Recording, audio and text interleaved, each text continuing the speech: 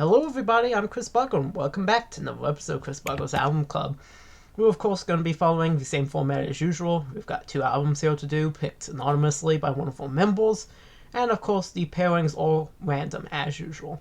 At the end, of course, I will reveal who picked what, but first, I'm going to announce the albums here, and we're going to then go listen to them after giving our initial thoughts, and then we're going to say more about them after having heard them, and then we'll be, saying which one we like better. Today with me I have Ben. Hello. Matthew. Te amo. And Fan. Yeah. Alright, you already hear what today's albums are? Yeah. Alright. Today's albums are Electric Warrior by T.REX and Stankonia by OUTKAST. Kind of a similar matchup to last week, honestly. Ben, we're going to start with you with initial impressions. What are your thoughts on these albums? Stankonia I have heard before, and that is a good album, though its theme of stank is kind of odd. But it has many excellent songs like Miss Jackson, which is maybe the best OutKast song. We'll see. Whoa. It also has Bombs Over Baghdad. True. And also a great song. So Fresh and Clean. Also a great song. Yes. So, as Matthew pointed out, many great songs on this album. It's kind of on the long side, though not compared to the next album. But, yeah, the next album is very, very long. About that one. I wonder. The Love... Speaker Box, The Low Below. I think it's the only rap album that has ever won Album of the Year, I think. It's so long. It's an album. Yeah. I'm unsure if I've actually listened to the entire thing. I've tried. It's a good album, but it's very long. Speaker Box. Yeah, Speaker Box. Yeah,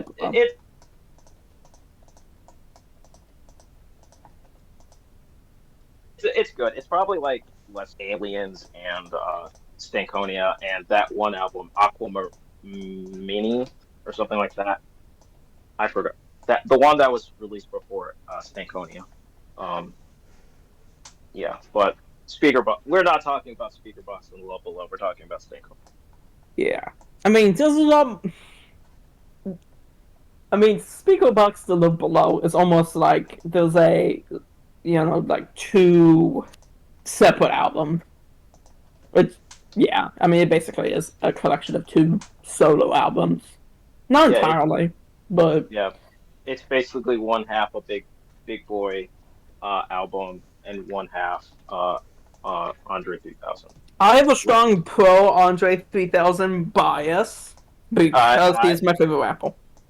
I too have a very strong pro Andre 3000 bias. He is also one of my favorite rappers of all time. Yeah, no, Andre 3000 is definitely my favorite rapper. Even more than Kendrick.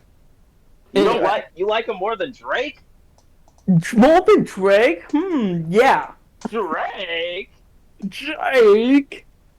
Anyway, I obviously know and like the song "Get It On" from T.REX's Electric Warrior, but as far as I know, that's the only song on it I know.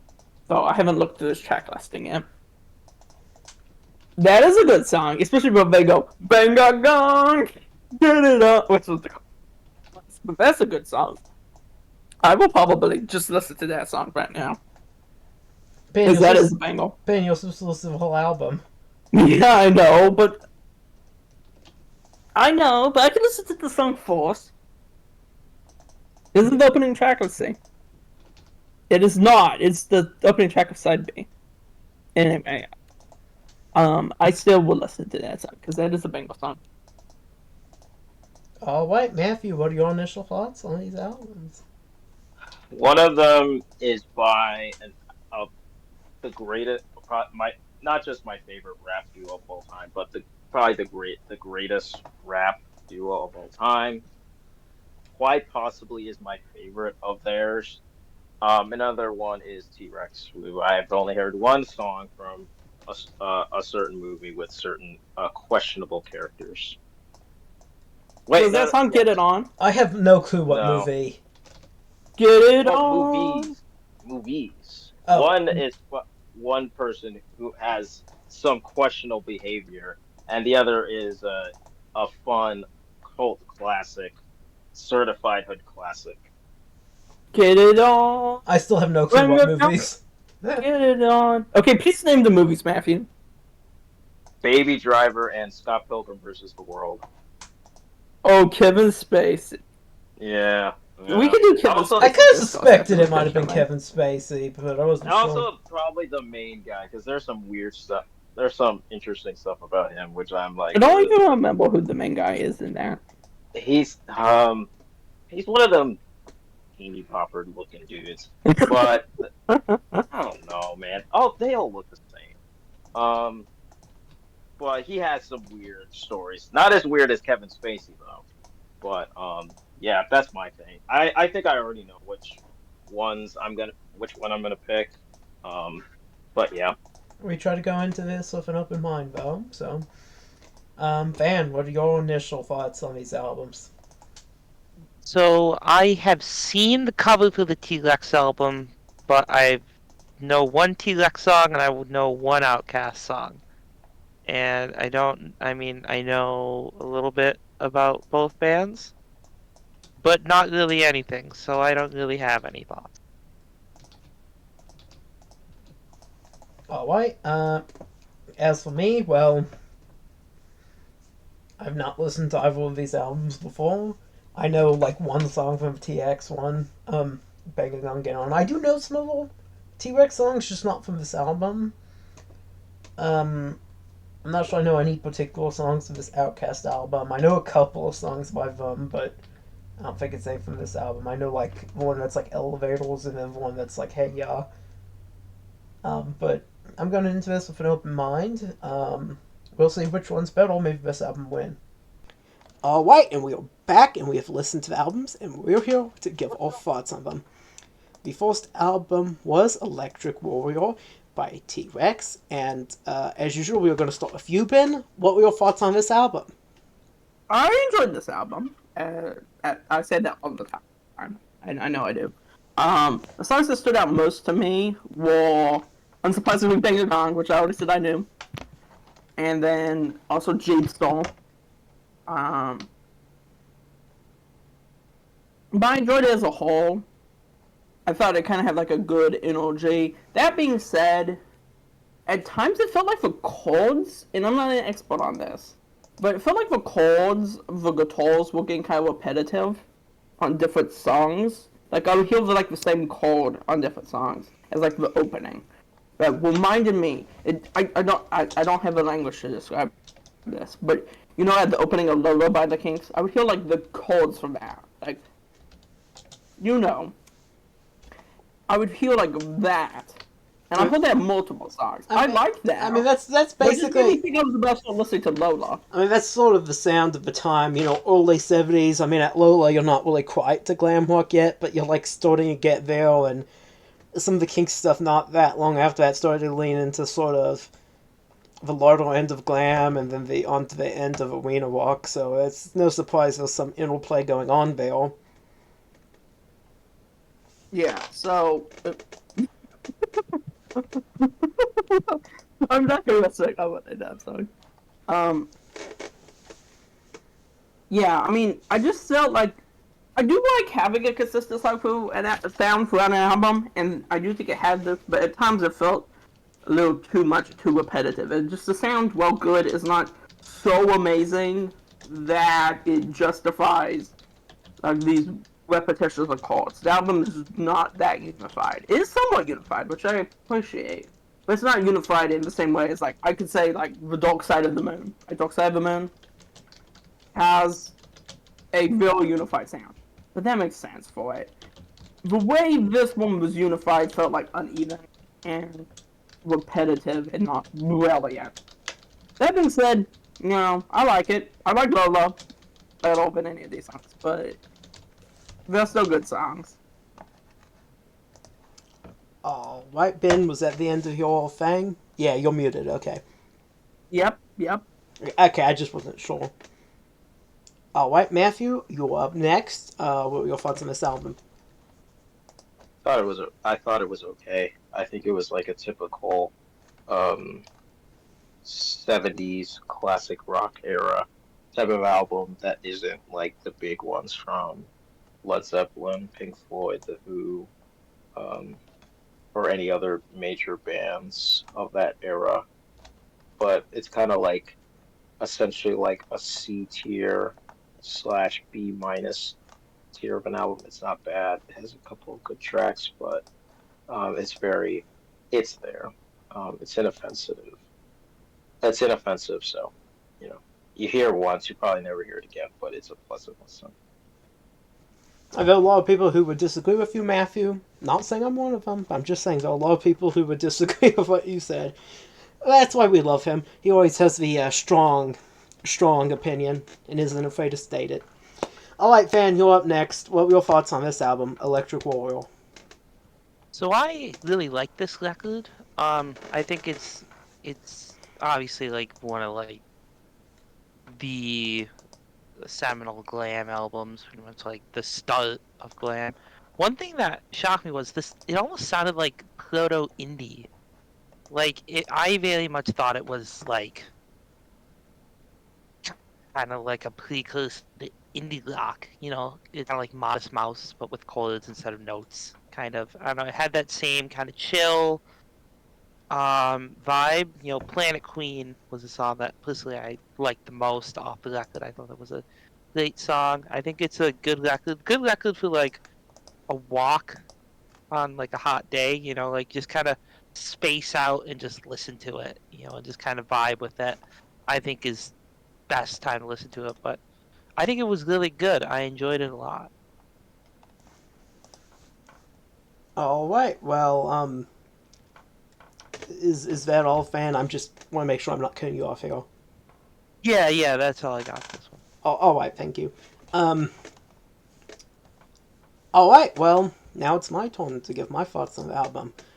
I'm gonna sort of, I guess, walk the line here in between what Matthew and Fan said.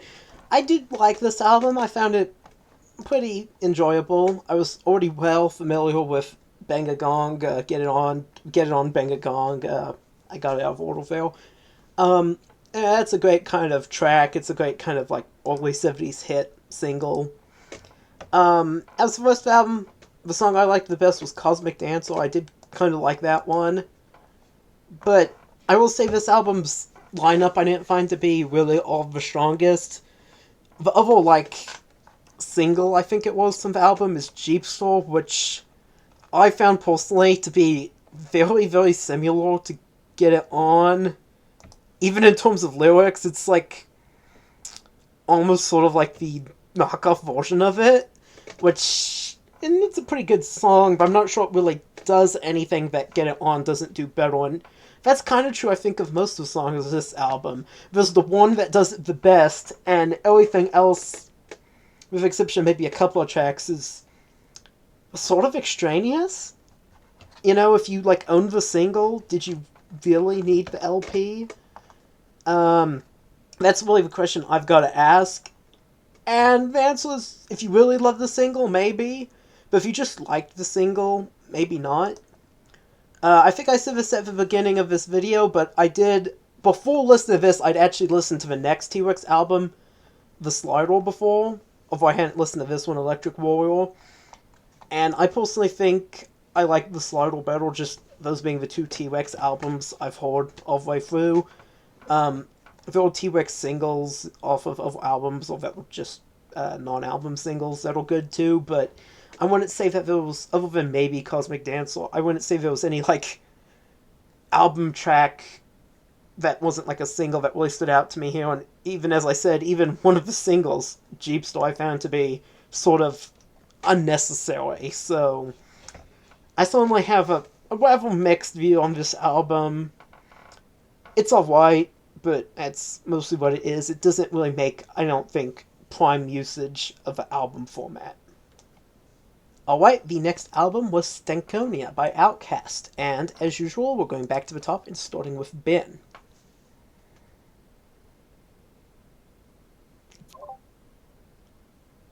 this is also this is a really great hip hop album. I would say this is one of the top expressions of that genre. Um, I have a very well known bias towards OUTKAST, and unsurprisingly, I'm biased towards their best album. um, I think that the standout tracks include like the obvious three, right? Which are Miss Jackson, Bombs Over Baghdad, and So Fresh So Clean, which were the singles. I also found, re-listening to it, that the Gasoline Dream song stood out quite a bit. Especially with its like quote about apple pie. That which is its chorus, I felt like stood out pretty strongly this time around. There's also a song on here that is surprisingly decent despite being named I'll Call Before I Come. Um, which, yeah, it's better than you think. I mean, I think that the best song of this album, probably OutKast's best song, is Miss Jackson, which is superior. Kanye sampled it in his like one good song, kind of. Well, it's not exactly sampled, more like reference to that. Maybe I shouldn't say one good song, but the one Kanye song I like. But this song is much better.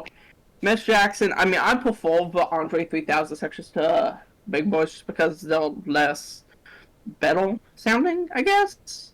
Also, I just like Andre 3000's voice better.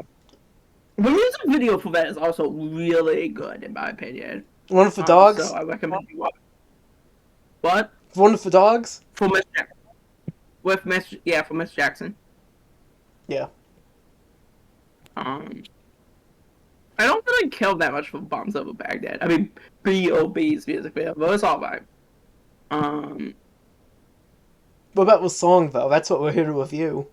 Oh, Bombs Over Baghdad, the song is excellent. That's the second OutKast song I got into after the obvious.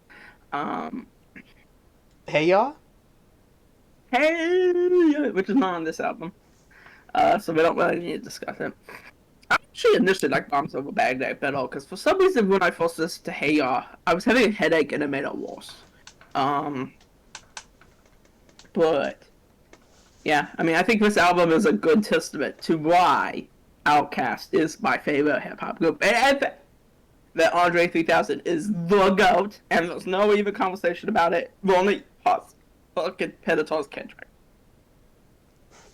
Ben, are you okay? You sound like you were like choking at the end of that. That's because I was, which is not great. Damn. Yeah, for some reason my airflow blocked very briefly, and I was like,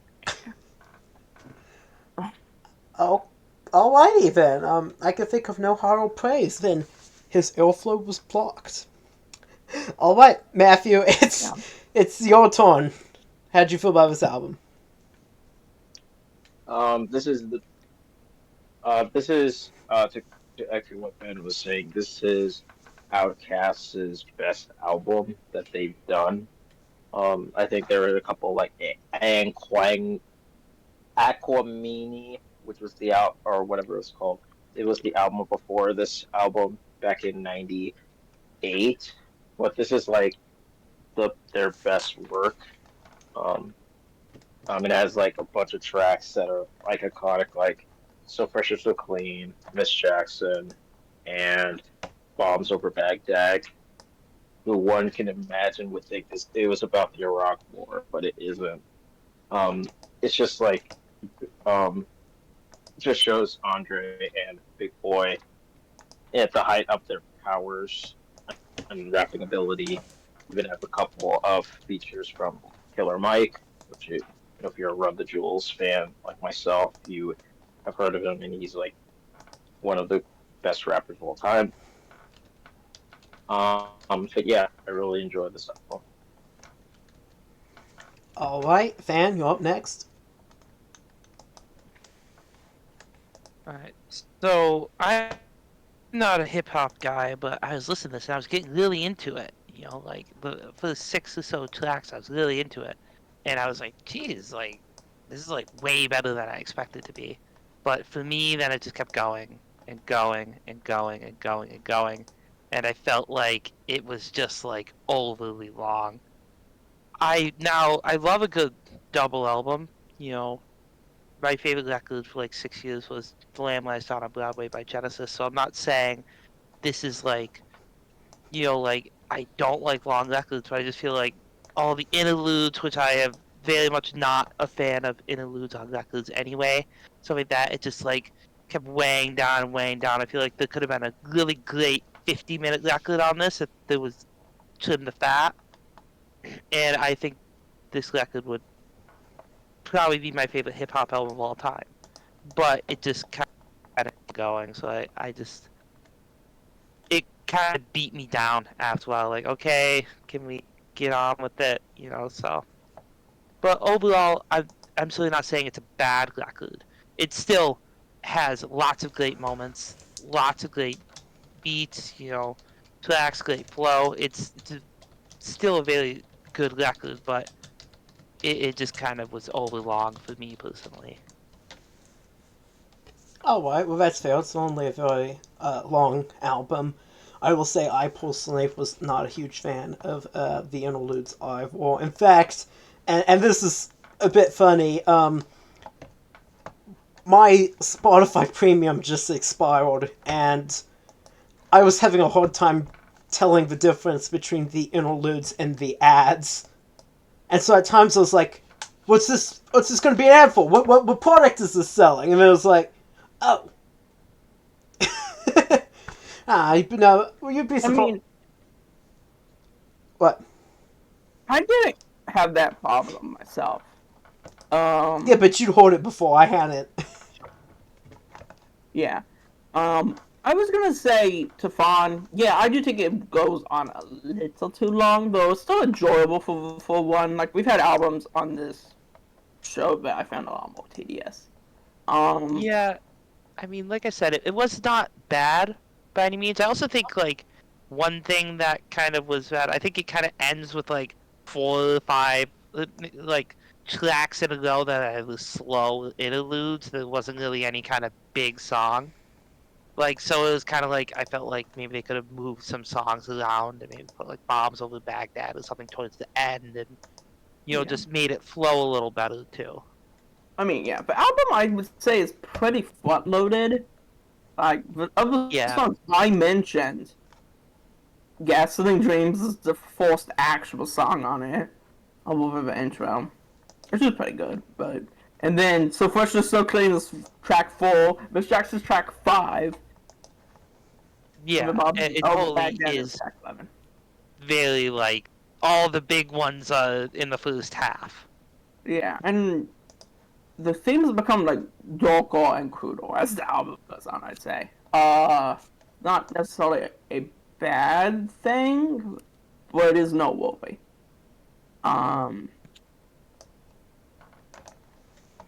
But I would generally say that this is still a pretty good album. And this album is 73 minutes long. The next album, Spiegelbach's The Love Below, is 134 minutes and 49 seconds. So this is short in comparison to the next album. Oh. Well, you Yeah, probably it's know long. the song "Hey Ya" from it, but it is. Oh yeah, I know. Hey ya. It is so long. I mean, I don't know what to say. I mean, it's almost. I mean, I would say that album is kind of their version of the. It's not just in terms of length, but in terms of how it begins to separate. Which this is the last album where they're not kind of separating out. Right? There's more OUTKAST and not Big Boy plus Andre 3000. Which I would say it is on Speakerbox The Love Below. I think fairly obviously, even to a lot larger extent than even the White Album. John, this is a John song, Paul song, George song. Right, well, previous albums were somewhat more integrated in that. But that separation had been going on for some time. Speaker Box Below is, quite separated out, I'd say. The Matthews probably listened to that more recently than I have. So, if he wants to speak on that, he can. So basically, for Speaker Box and the Love Below, Speaker Box is essentially the big boy portion, and the Love Below is essentially the Andre um, portion.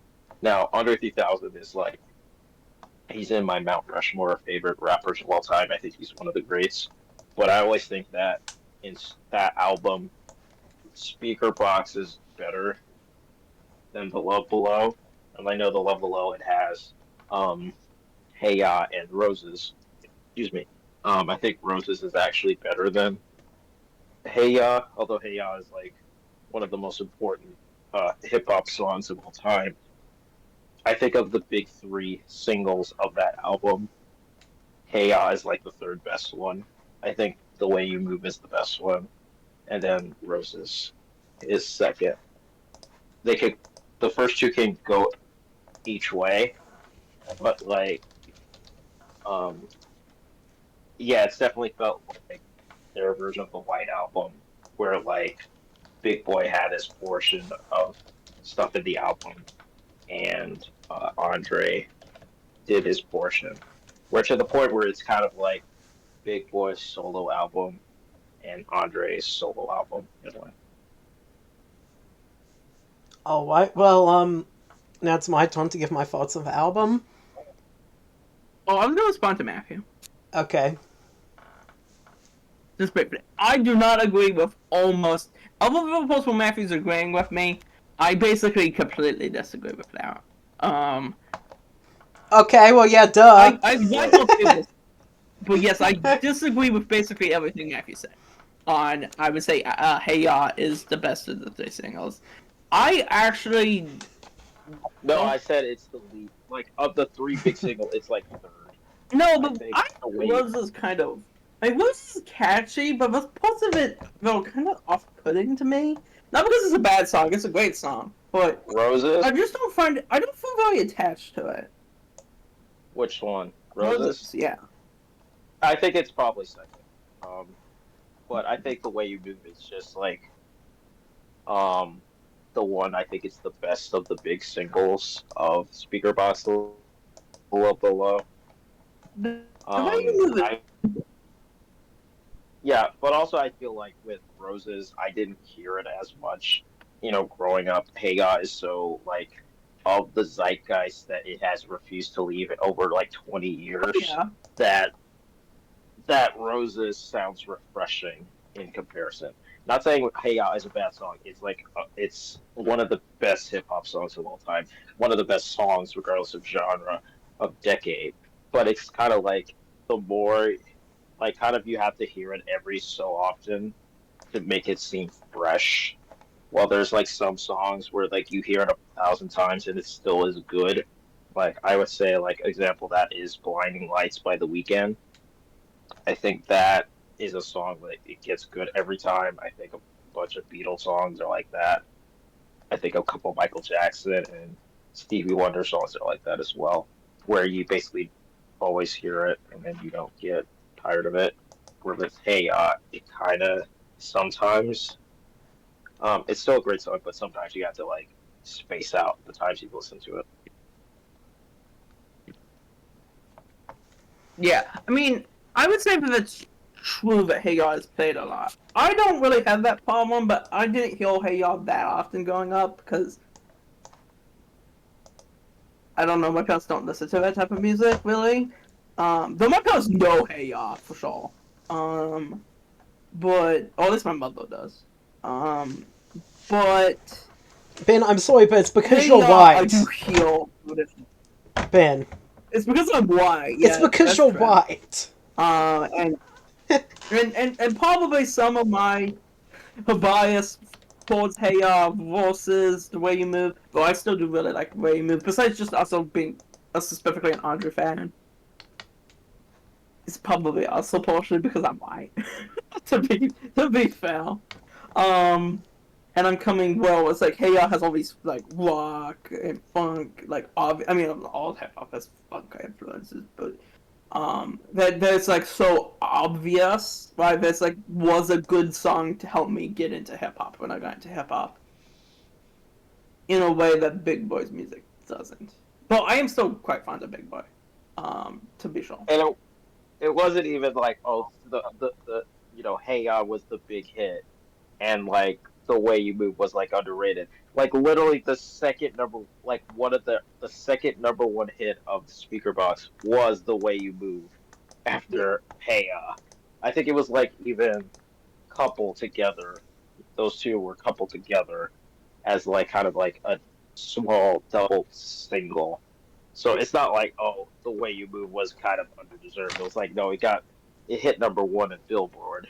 Um, and it was listened to by black people and white people as well, and every other race, every other racial background, and etc. So it wasn't like, oh man, Hey Ya was the song that was listened by the whites, and you know, the way you move was the song that was listened by black people. It's like, no, it's more like everyone and your mother listened to those songs.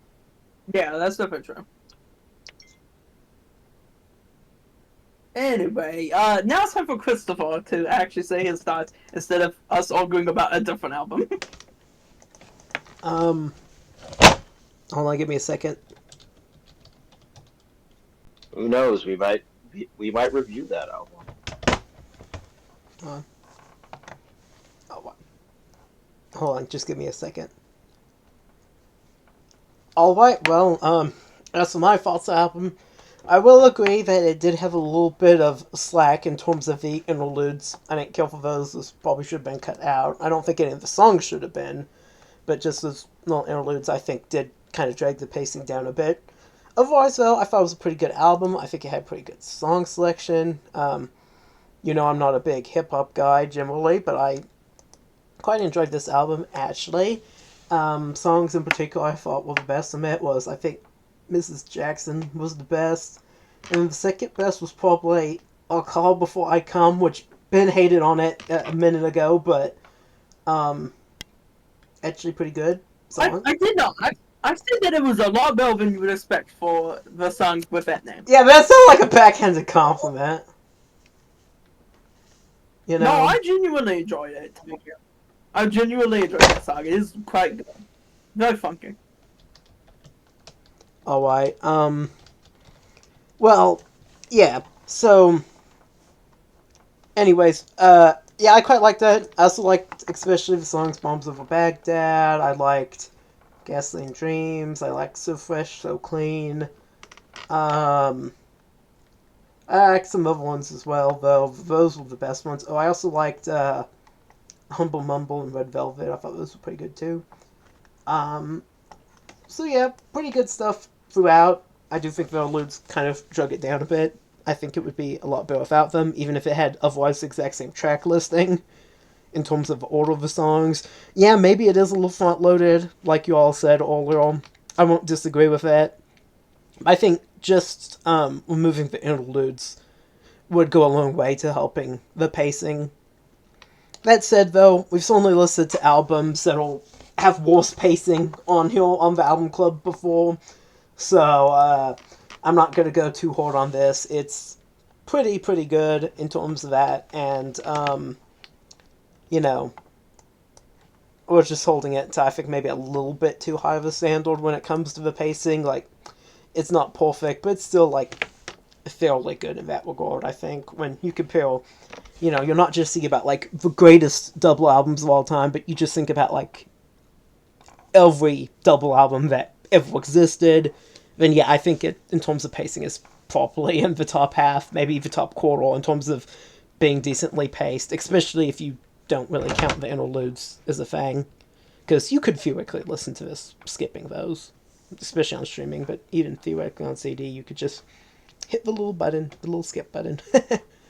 I mean, it's only, one of the benefits of this being a double album is of course, the interludes being on there aren't just taking, disc space from something else. I mean, it still has, without those, plenty of content. It's not like it's lean without those there. So, I mean, I think that's certainly a thing in its favor. You certainly do have the bang for the buck. They aren't there to just fill out the side of an LP or make the numbers on the back of the disc case look longer. It does actually have, stuff. It is actually well-rounded in terms of, being full of content and not, it's not just really completely filler, I'd say. Interludes. Alright, anyone I have will any... defend the interlude. Wait, do you have more to say, Critical? No, you go ahead. So, well, I'll give the interludes are not, like, essential. I think they play an important role of, one, drawing out some of the themes in the way that harkens back to the way, spoken dialogue sections or snippets were used way back in What's Going On, which we've talked on this channel about before. But it's kind of just it's not exactly a sound collage and like the way Revolution 9 is, or even the stuff in What's Going On is, but it's like giving snippets of dialogues that or more, I would say more directly connected with the themes. The one that I'm thinking of, well, he's like, will you marry me? And she's like, yes. And one more thing, what about prenuptial agreement? Like, there's just all this kind of uncertainty in these relationships. Like, they're full of love in some ways. Not gonna lie, Ben. When that one started out with the "Will you marry me" thing, I thought that was going to be an ad for some sort of catering service. Catering service? Why? Well, as I said, my Spotify Premium expired, and I thought some of those interludes were an ad when they first started, because I was getting ads that kind of had these little vignette things at the beginnings too, and it was really confusing. And it's like, oh, what's this going to be an ad for? Some sort of like wedding catering or something? And it's like, oh no, it's both album. But I mean, a lot of these songs, and I mean, Miss Jackson's the most famous of them, right? Portray, they think it's puppy love, right? They think it's forever. I mean, no, Miss Jackson's mom says it's puppy love. They say it's full grown. They hope that they feel this way forever. That they write it into a tree. Is that right? Which is Andre 3000 and Erykah Badu, by the way, who's actually on this album, on the song Humble Mumble, which has kind of a salsa sound. But that it's not Miss Jackson's mother. Miss Jackson is the mother, but it's somebody else Jackson, that he's writing it to the mother of, I think, in real life, but we can imagine why, etc. This idea of, like, I was sincere, and I still am sincere, and walk out. And we see this thing kind of come back in almost this kind of theme of, maybe there's more caution, right? When it's being expressed in prenup, comes across as like, right, and insincere, even if it is sincere. But we see this theme come back in well, where it's like snippets of like hesitation, like at the opening of Hey Ya. It's like, but does she really want to see me walk out the door, right? There's this uncertainty to modern relationships that like pervades both Andre's work on this album and also in of course we didn't listen to The Love Below, but we all are familiar with Hey Ya, which is like pinnacle. But I think some of these interludes work to convey that kind of vibe and that theme. Because some of these songs, like "We Love Them Hoes," sound very excited. I'm just like, we really do love these, and I mean, it's very bodily focused, but it's still very like hyped up. And actually, I've seen this album described. You'll probably, I've seen this album described as feminist, in the sense of, or at least counter sexism. That it's a lot more sincere love of women. That it's contradicting, this kind of gangsta vibe of kind of, just misogyny and throwing, hoes is of course a misogynistic tone originally. It's like these whores, right? But well, I was gonna say Matthew. No, but like this album portrays like genuine like sympathy and respect to sex vocals, but also just women in general, while also portraying this very complicated view as this kind of sincere love with also all these complications. And I do think that, in a sense, justifies the runtime as they go back to this theme from different angles over and over of evil, just like excitement, right? And like sexuality is not wrong. Being heterosexual is not wrong. And then going back to that over and over, but also going back to these kind of complications. And I'm surprised we haven't talked about this, but I mean, the kind of the dark aspect of this album is, Toilet Tisha, right? Which is deals with, pregnant teenagers that are really struggling, right? And is empathetic to them, albeit very dark, right? But it contrasts that with how abortion was portrayed in Asbestos, right? Like, Yeah, like the Sex Pistols album was really, I found misogynistic and anti-woman, so it's quite a lot better to have this here than that sort of attitude like they had. so yeah, I mean, I think, I was kind of dismissing to some extent the second half of this album a little bit, but I really shouldn't, right? Like, it really does dig into, even if it's less iconic, it does dig into this stuff that a lot of music has handled quite poorly. This is why Russ is one of the greatest hip-hop albums of all time, right? And I think, I sort of empathize with what Kevin alludes, but I do think that they're useful to have in there. I think it works as a whole. I'll defend them. Alright, well, moving on, we're now to the part of the video where we say which album we liked better. As usual, we will start with you, Ben. Which of these two albums did you like better? Stankonia. That is one vote for Stankonia. Matthew, which album did you like better? I think I know. Stankonia. That's 2 votes for Stankonia. Fan, which album did you like better?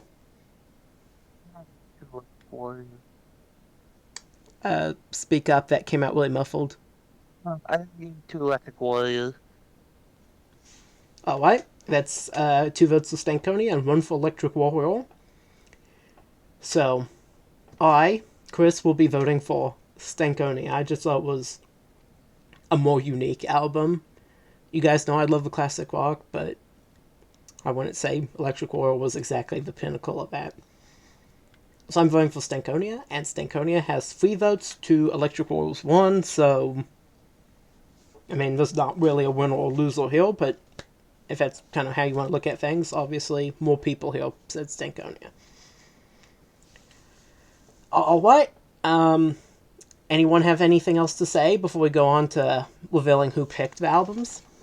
Stankonia is the winner. Yes. I like the way that we moved.